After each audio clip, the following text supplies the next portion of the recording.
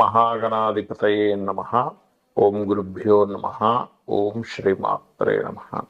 పరమేశ్వర స్వరూపమైనటువంటి జ్యోతిష, వాస్తు మరియు ఇతర అనేకమైనటువంటి శాస్త్రములను మనకు అందించినటువంటి మహర్షులకి నమస్కారం.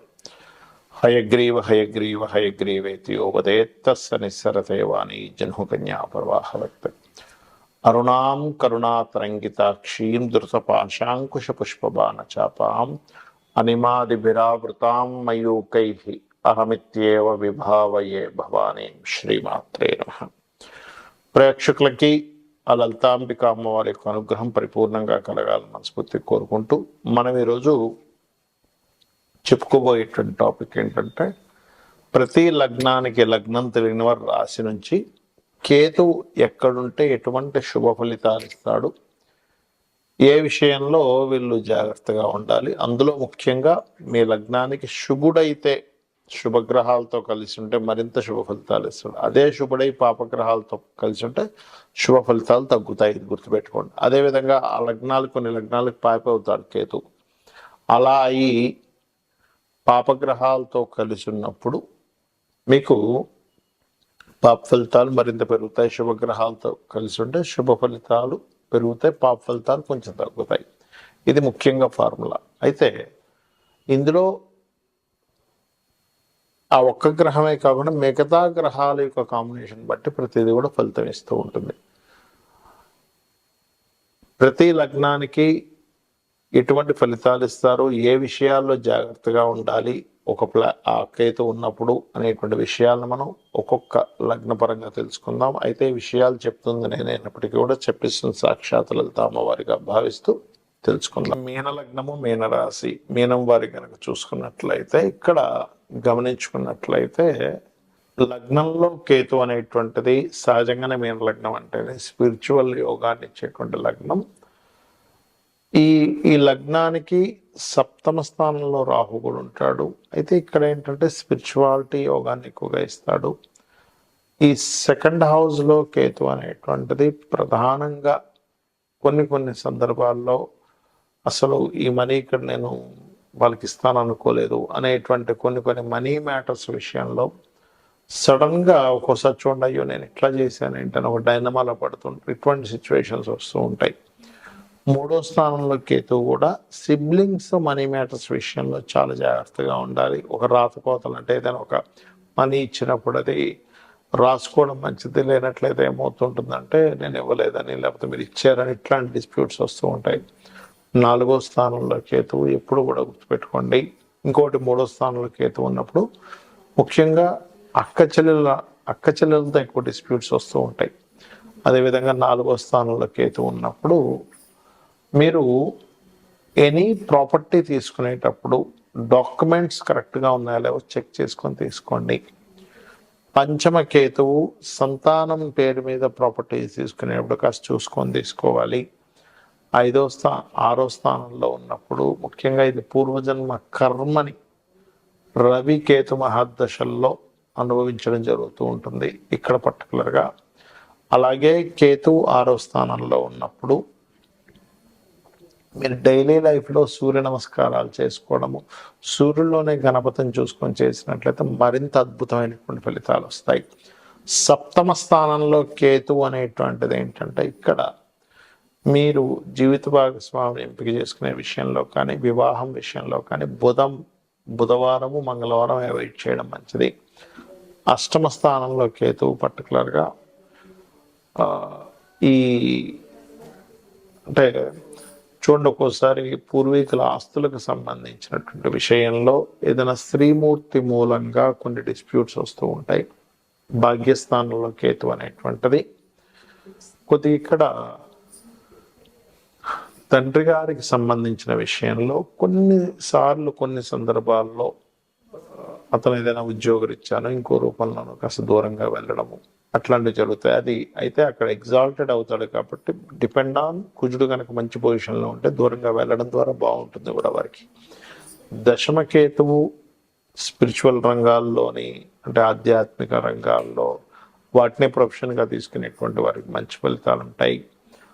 లాభకేతువు మాత్రం కాస్త ఒకవైపు ఉద్యోగం ఒకవైపు వ్యాపారం చేసేవారు కాస్త బ్యాలెన్స్డ్గా చేయాలి, లేనట్లయితే ఇబ్బందిని ఇస్తుంది. 12వ స్థానంలో కేతువు ప్రత్యేకంగా శని మంగళవారాలు షేర్ మార్కెట్స్లో, అందులోనూ ముఖ్యంగా లాంగ్ టర్మ్ షేర్ మార్కెట్స్లో కూడా ఇన్వెస్ట్మెంట్ చేయకుండా ఎనీ ఇన్వెస్ట్మెంట్స్ కూడా శని మంగళవారాలు అవాయిడ్ చేయడం మంచిది. ఇక మీరు చేయవలసిన దేవతారాధన రాజరాజేశ్వరి అమ్మవారి ఆరాధన చేయండి, అనే విధాలు బాగుంటుంది. చాలామందికి లగ్నం కానీ డేట్ ఆఫ్ బర్త్ కానీ తెలియదు.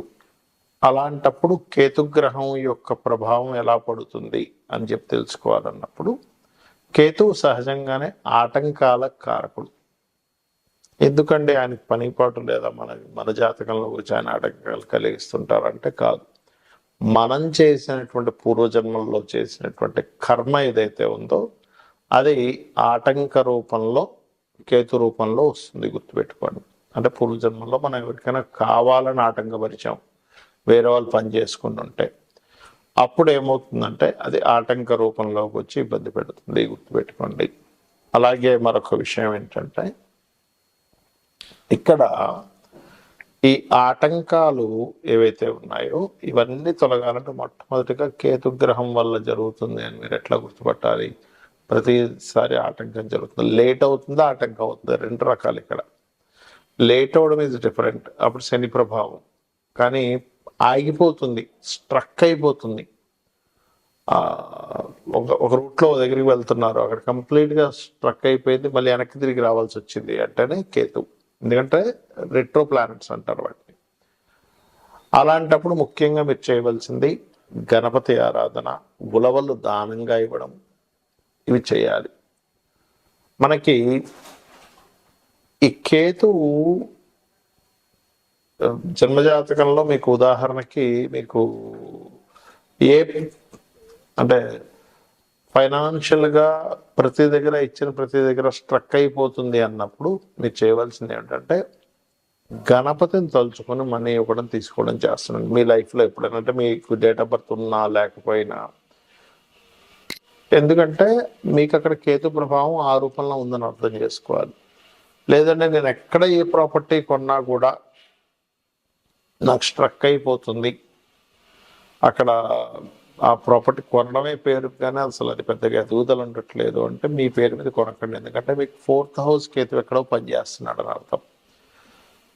ఏమి మాట్లాడినా లిటికేషన్ అవుతుంది అని అనుకుంటే కనుక అలాంటి సమయంలో ప్రత్యేకంగా కేతువు 3వ స్థానంలో ప్రభావం ఎక్కువ చూపిస్తున్నాడు. అలాంటప్పుడు లలితా సహస్రనామాల్లో ఓం కర్పూర వీటికామోద సమాకర్షతి అంతరాయ నమః అని చేసుకోండి. అలా కాదండి మాకు అసలు వివాహ సంబంధించిన విషయాలు ఇదిగో ఇక్కడ దాకా వెళ్ళి సడన్గా అక్కడికి ఆగిపోతుంది అన్నప్పుడు మీరు గణపతి నామంతో పాటు లలితా సహస్రనామాల్లో ఓం కామేశబద్ధ మాంగళ్య సూత్ర శోభిత కందరాయ నమః అని చేసుకోండి. కొంతమందికి అసలు పని చేయాలంటేనే ఇంట్రెస్ట్ లేకపోవడము, ఎక్కడ జాబ్కి వెళ్ళినా కూడా అక్కడ ఏదో కారణం చేత ఆగిపోవడం జరుగుతుంది అనుకోండి. అది 2 కారణాలు అవుతాయి. మీ చార్ట్లో ఎక్కడో శనికేతువులు కలిసి ఉంటారు దశమంలో, లేదా శని రాశుల్లో కేతు ఉంటాడు, లేకపోతే శని కేతు నక్షత్ర పరివర్తన ఉంటుంది. అటువంటి కండిషన్స్లోనే అలా జరుగుతూ ఉంటుంది. అలాంటప్పుడు రెగ్యులర్గా వెంకటేశ్వర స్వామి ఆలయానికి వెళ్ళడము, లేనట్లయితే రావి చెట్టు ఉంటుంది మనకి ఆలయాల్లో, దాని చుట్టూ ఈ యొక్క సర్ప ప్రతిష్ఠ వేసిన ఉంటాయి, వాటి చుట్టూ ప్రదక్షిణం చేసుకుని వాటి మీద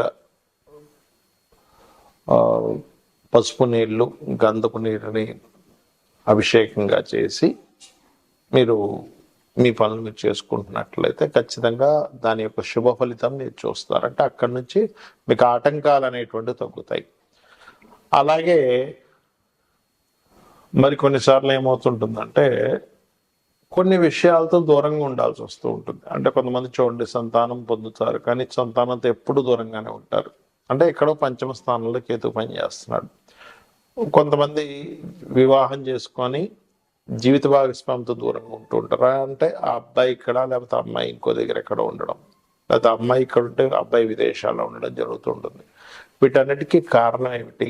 ఏదైనా ఒక విషయం మీద అందరూ చెప్తున్నా మీకు దాని మీద విరక్తి వైరాగ్యము వద్దనిపించడం జరుగుతుందంటే బికాజ్ ఆఫ్ కేతువు యొక్క ప్రభావం.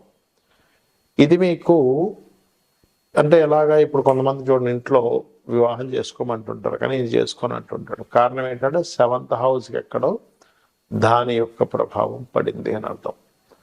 ఆ రకంగా మీకున్నటువంటి గ్రహస్థితి రీత్యా మీరు ఫలానా సంబంధించిన విషయంలో నాకు విరక్తి వైరాగ్యము చాలా ఏదో తెలియని ఒక ఎడబాటు లేనట్లయితే ఆటంకాలు కలుగుతున్నాయంటే ఒకటే గుర్తుపెట్టుకోవాలి, కేతుగ్రహం దగ్గర దీపారాధన చేసుకుంటూ గోవులకి గ్రాసము తినిపిస్తూ గణపతి ఆరాధన కనుక చేసినట్లయితే 100% మీరు ఏదైతే ఇబ్బంది పడుతున్నారో లైఫ్లో, దేంతో అయితే విడదీయబడుతున్నారో 100% దాని నుంచి బయటపడడం జరుగుతుంది. ఇక మీరు ఒక్క విషయం ఏంటంటే ఎప్పుడు కూడా ఒక గ్రహ సంబంధించినటువంటి ఫలితాలు బ్యాడ్గా వస్తున్నాయి అంటే మీ పర్సనల్ చార్ట్లో ఆ గ్రహానికి సంబంధించిన వాటి జోలికి వెళ్ళకపోవడం మంచిది. అంటే 4th హౌస్లో ఉంది, అప్పుడు మీ పేరు మీద ప్రాపర్టీస్ ఉండకపోవడం మంచిది, గుర్తుపెట్టుకోండి. లేదండి 12th హౌస్లో ఉంది, మీ పేరు మీద ఏదైనా ఇన్వెస్ట్మెంట్స్ చేయకపోవడం మంచిది. లేదండి బుధరాశుల్లో ఉంది కేతు ఎక్కువగా, లేదా బుధుడితో కలిసింది, మీ పేరు మీద బిజినెస్లు ఉండకపోవడం మంచిది. అలాగా అసలు ఏ రాశుల్లో ఉంది, ఏ సంబంధించినటువంటిది ఎలా ఉంది అనేటువంటి తెలుసుకోవాలి. ఇక్కడ మరొక విషయం ఏంటంటే మరి చాలా మంది సందేహం వస్తుంది, ఏమంటే మరి పిల్లల స్థానంలోని వివాహ జీవిత భాగస్వామి స్థానంలో పెళ్లి చేసుకోకూడదు అంటే అలా కాదు.